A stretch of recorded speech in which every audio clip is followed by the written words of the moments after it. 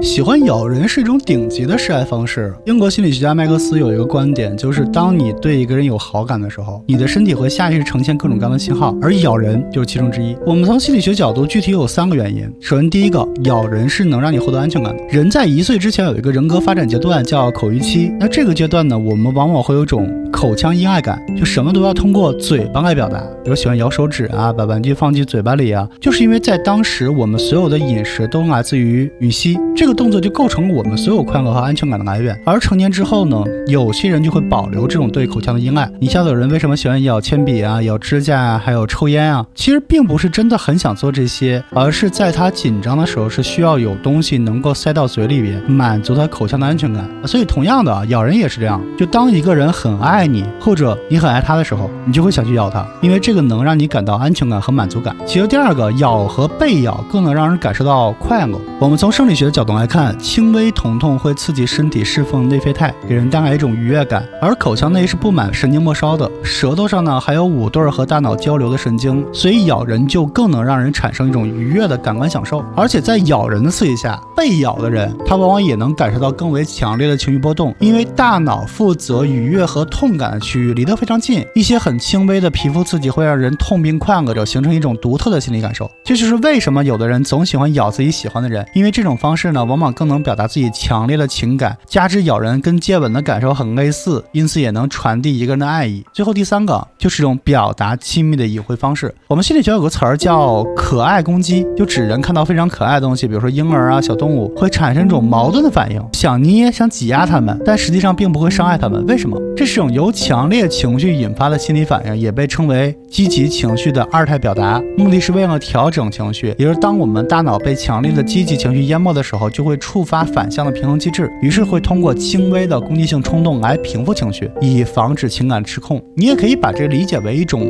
防沉迷机制。你也有的小猫会在被主人摸得很舒服的时候突然咬人一口，这个其实并不是他们真的想伤害主人，而是当他们过于舒适的时候会体验到一种脆弱感，那它就会产生一种愉悦感和潜在危险之间的冲突。为了摆脱这种冲突呢，它就会突然表现出攻击性的行为。所以明白了吗？如果你看到一个人总是想去咬他，那这其实是一种很正常的心理现象，代表你认为他很可爱，忍不住想靠近他。我是雨辰，如果你有其他的情感或心理上的困惑呢，每周1到周5的中午11点来我的直播间。